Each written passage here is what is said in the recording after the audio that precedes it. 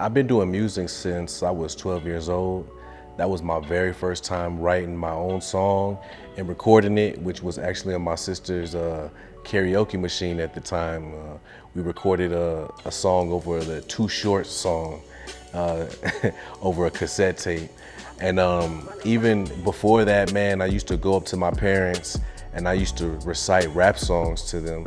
And I can remember this one time that I recited a song by Little Flip. And after reciting the whole entire song, my dad looked at me, he was like, how come you can recite a whole rap song, but you can't do your homework? And so, just dating all the way back to elementary school, man, I've always had a passion for music, man. I was heavily influenced by the West Coast culture. That's something my mother, ingrained into us, to be proud to be from the West Coast. And so rappers like Tupac, Snoop Dogg, Ice Cube, those were the type of guys that I was listening to at fifth grade. And then once I got saved my senior year, I tried to change it up. I called it positive rap at the time.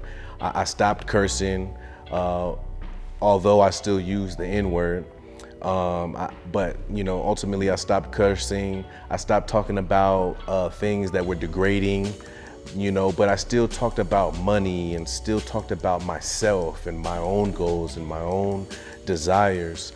And so when I got to El Paso, Texas in 2013, that's where me and my wife started our life together.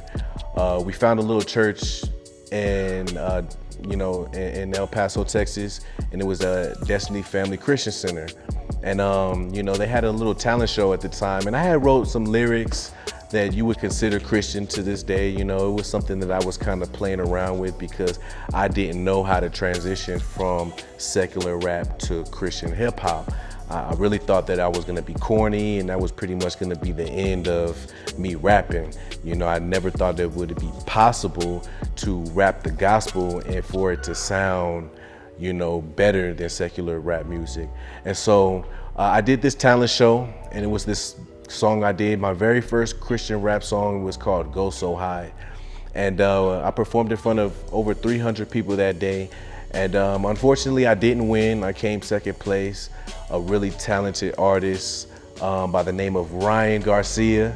Shout out to Ryan Garcia. But that was the moment that I decided, you know what? I'm gonna rap the gospel.